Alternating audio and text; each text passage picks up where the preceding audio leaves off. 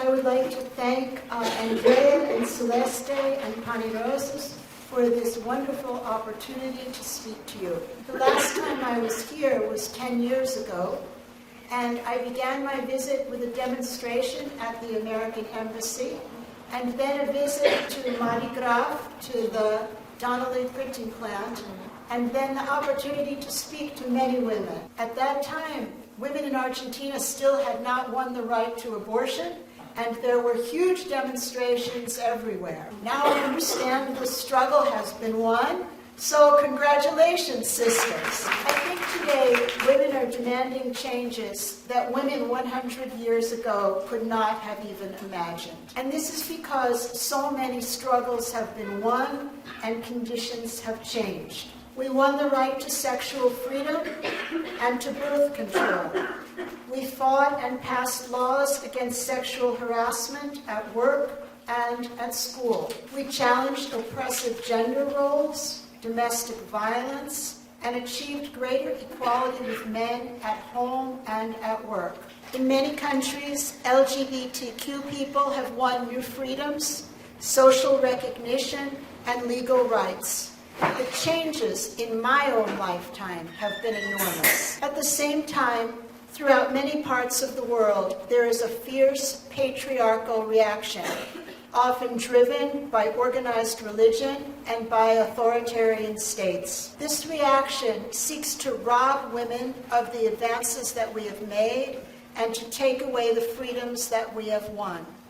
In the United States, for example, we recently lost the right to abortion in many states, and we are now fighting battles again that we thought were long over. Women my age now stand in the streets again with our daughters and our granddaughters, and people hold signs that say, "We can't believe this is happening again." Today, I want to share with you a chapter from Soviet history, which is an important part of the long struggle of feminists and of socialists. I want to take us back in time, much further than the 1970s, take us back over 100 years to a moment, a great moment in history, when workers and peasants and women and revolutionaries seized power, and it seemed possible to remake every aspect of society. This moment was the Russian Revolution in October 1917. When the Soviets came to power in October 1917, the revolutionaries had a vision of women's liberation that was very radical. It aimed to completely transform the family and to create genuine conditions for women's equality in the larger society. This vision was only partially implemented in the Soviet Union for many political, social, and economic reasons. But I think it still holds many lessons for us today, and it's very interesting for us to think about. This vision rested on 4 principles. First was the idea of free union, or also known as free love. The second was women's emancipation through economic independence. The third was the socialization of household labor.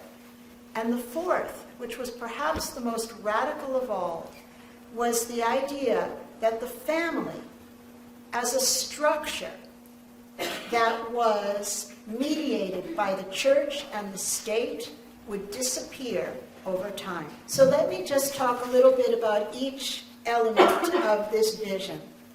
The first, this idea of free union. This was a term from the 19th century, and it was also known as free love. And what it meant was that all relationships, marriage as well, should be based on mutual attraction and respect, free of economic constraint and dependence, free of parental control. People should make their own choices about who to love, and no person should have to remain in a relationship where there was no love anymore, or where they were abused. So at the time of the revolution, people debated the question, how long would such unions exist for? What would love look like under socialism? Would a union last for a lifetime? Would it last for several years? Would it last for a few days? Would it last maybe for a few hours? They didn't know. But they believed that no shame or value should be attached to the length of the union. It would be however long both people agreed to. In order to have free union, people needed the legal right to divorce, which did not exist before the revolution. They also needed the ability to support themselves, to be economically independent. So free union meant that women needed to have access to a fair and independent wage. As long as women were economically dependent on men, there could be no freedom. Women's participation in the labor force had another benefit as well.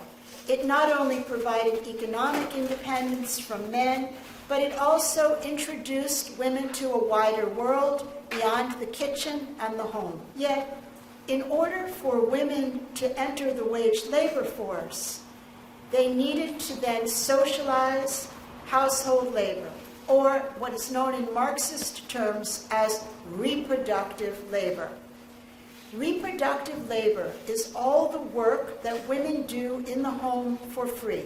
We don't get paid for it. This work includes care of children, washing, cleaning, cooking, care of the elderly, care of the sick.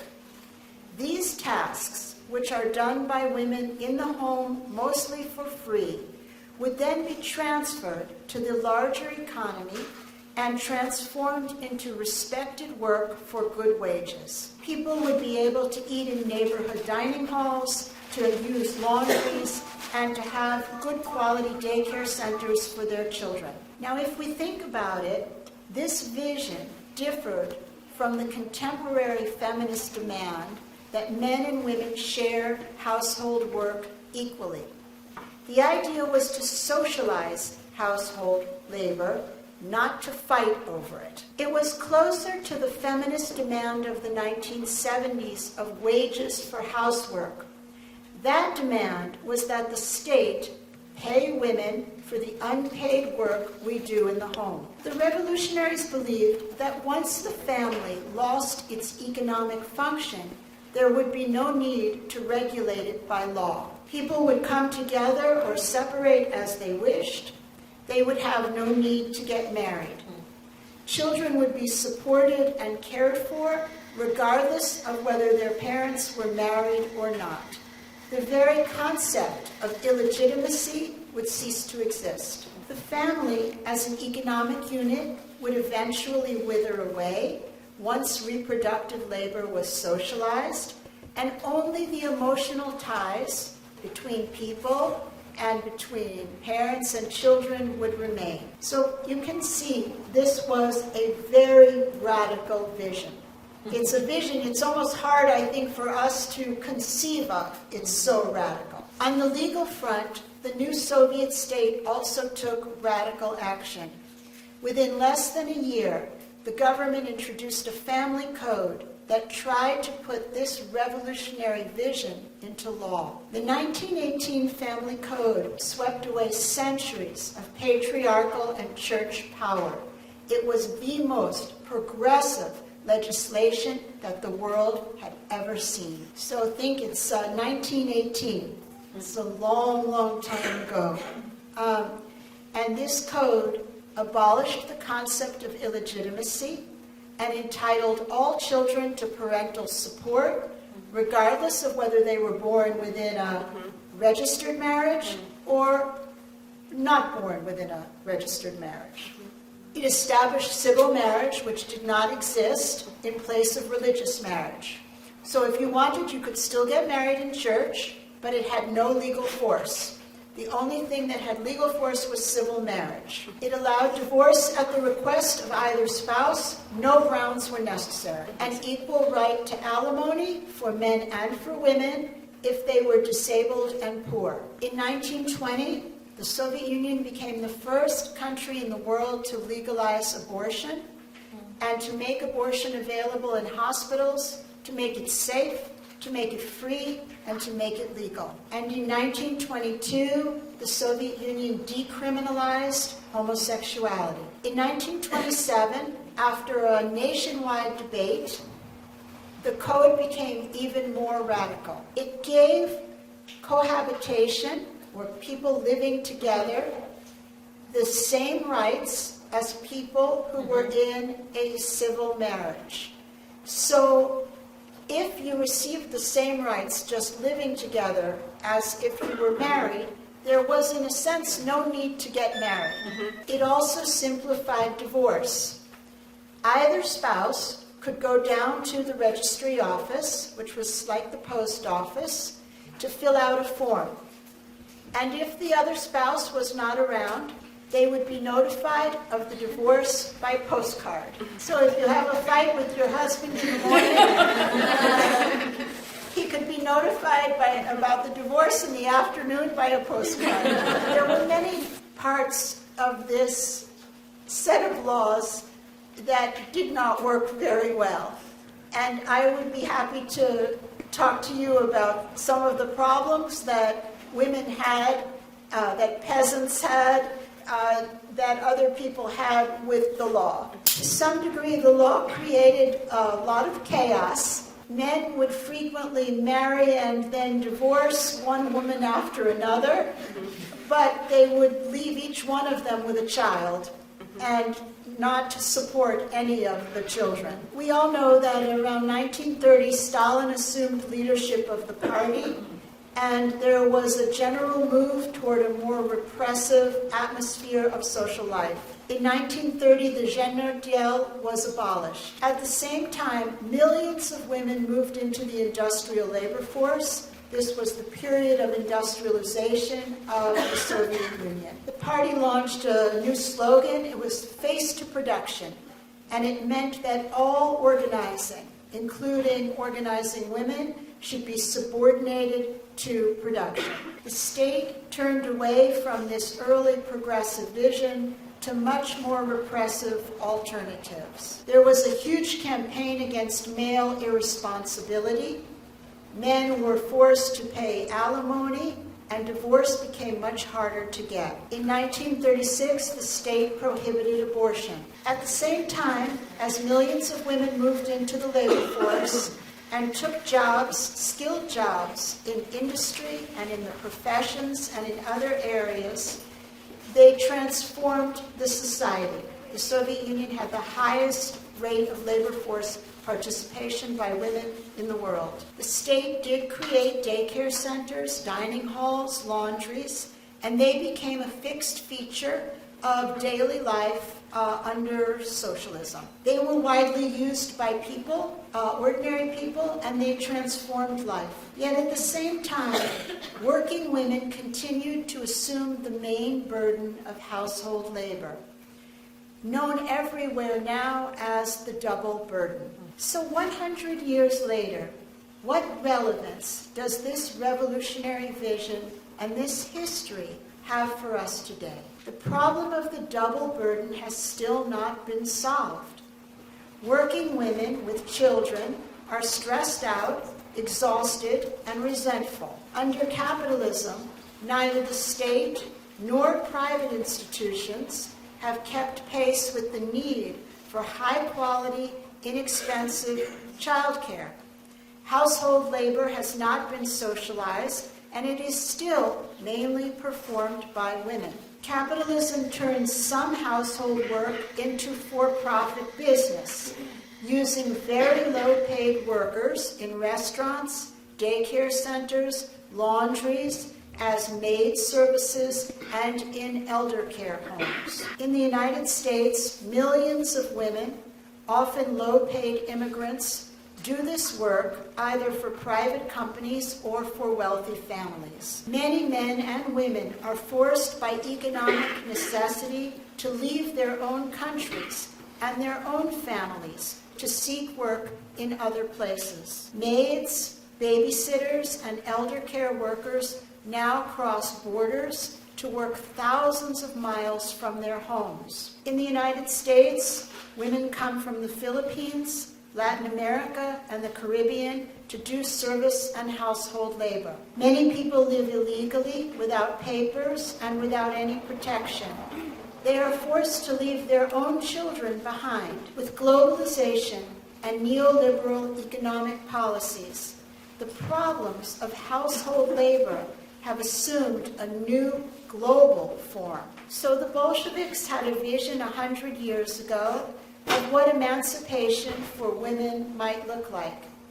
And I think the question before us now is, what kind of system can emancipate all women, not just the wealthy elite? La primera pregunta que había preparado era sobre el libro La mujer, el Estado y la revolución, porque la mayoría de las personas que están acá la conocemos por ese libro, y la primera pregunta que le iba a hacer es cómo había llegado al tema de investigación, o sea, no solamente al tema de investigación, sino a este enfoque, que bueno, algo ya vieron en la exposición que hizo ella, sobre todo alrededor de un tema sobre el que existen muchos prejuicios mezclados sobre el bolchevismo, sobre el marxismo, sobre el feminismo, o sea, cómo llegó, digamos, a esa combinación. When I was a teenager, I lived in New York. I was brought up there. And I became very involved in the radical movement. At that time, there was a big demand within the movement to smash monogamy. I found all of this very interesting. I think everybody at that time, when we were young, thought it was all extremely interesting. And even at the time, I remember I was 15, I was observing a lot of things. I observed a lot of very bad behavior by men, outrageous behavior by male leftists. It's hard to imagine today, but you could be at a meeting and a woman would be sitting at the foot of some man who was making a speech, and he would be fondling her while he was talking. And at the time even I thought, this is ridiculous. Anyway, I went off to the university, and gradually I decided I was very interested in the Soviet Union and why the Soviet Union had developed Stalinism. This seemed to me, it was a very interesting question as I began to learn more. And I went to graduate school. And then I began to read Russian sources as I worked on my PhD. And I began to read the comments that women were making in the Soviet Union in the 1920s. And I saw all of this was completely familiar to me. Once again, we saw the demand for free love. And once again, we saw some of the reactions of women to the behavior of men. I literally felt as if these revolutionaries 100 years ago were like people I knew personally. So I became very interested in this subject, and I wrote my PhD dissertation on it, and then I wrote that became my first book. That was many years ago. And then this book was translated into Spanish. And then it was like it had a whole new life. So I went on, of course, to work on many other things. I wrote 2 books about Stalinist terror. I wrote about fascism and the Soviet Union in World War II. Now I'm working on the late Stalin period. So I went on to work on many things in Soviet history. But what is remarkable to me and gives me great pleasure is that at the time when I wrote Women, the State, and Revolution, I thought to myself, I hope one day this book will be useful in some way to people. And I came then here, it was also translated into Portuguese, to Argentina and to Brazil, and I discovered it was useful. People found it really interesting.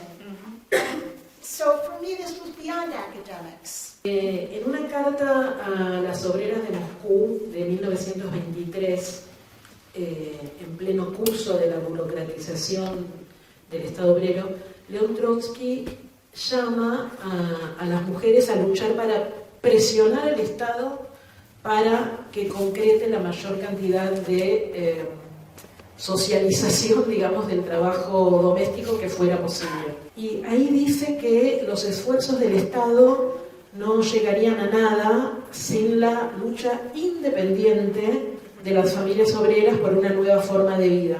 A nosotras, a Pan y Rosas, nos resulta muy significativo ese texto porque en nuestro país, contra el neoliberalismo más salvaje, como el de Milei, por ejemplo, los gobiernos que fueron neoliberales progresistas solo proponen más intervención del Estado, más distribución de la riqueza hecha por el Estado, pero siempre tratando de que los movimientos sociales no intervengan, es decir, que sean pasivos, que el Estado resuelve. Por eso lo que queríamos preguntarte era ¿qué relación encontraste entre mayores transformaciones de la vida cotidiana durante los primeros años de la revolución y el retroceso justamente en estas áreas con el avance de la burocratización del Estado? O sea, nos interesa esta cuestión de la participación democrática de la sociedad, digamos, ¿no? I think in the 1920s there was an enormous amount of participation from below, from women, from working class and peasant women. Women came often to Moscow. They were brought from the rural villages and from factories and were organized by the Zhenotdel in mass conferences. And you can read the stenographic reports of the kinds of things that they would say. Women would say, I have never been out of my village before. I never learned to read. I have had 15 children. And this is the first time that I stay here with 1,000 other women and discuss the issues of daily life. These were remarkable moments to see people feel themselves empowered in that kind of a way. You can literally feel the revolution just running through people. But at the same time, the state at that time was extremely poor. There was very high unemployment. Many women were forced into prostitution because they lost their jobs. And that early vision could not be realized without a great deal of material difficulty. After Stalin came to power, there were things that the state did do to transform daily life. But I think the sense of revolutionary transformation from below came to an end. The most exciting moments, I think, are where people get together and discuss how they do things and what they think they need. The program needs to come out of that. It needs to come out of the actual conditions that people are living under and how they feel about their lives and what they think would make the situation better. What I've talked to you about happened 100 years ago. It's not a blueprint for us today. It's a way of thinking, perhaps, that sparks some new thoughts about possibility. But any change now, I think, has to come from us and from people thinking seriously what's wrong and how it can be changed. Some of our problems are the same. In other words, they still have not been solved. But many of our problems are completely different.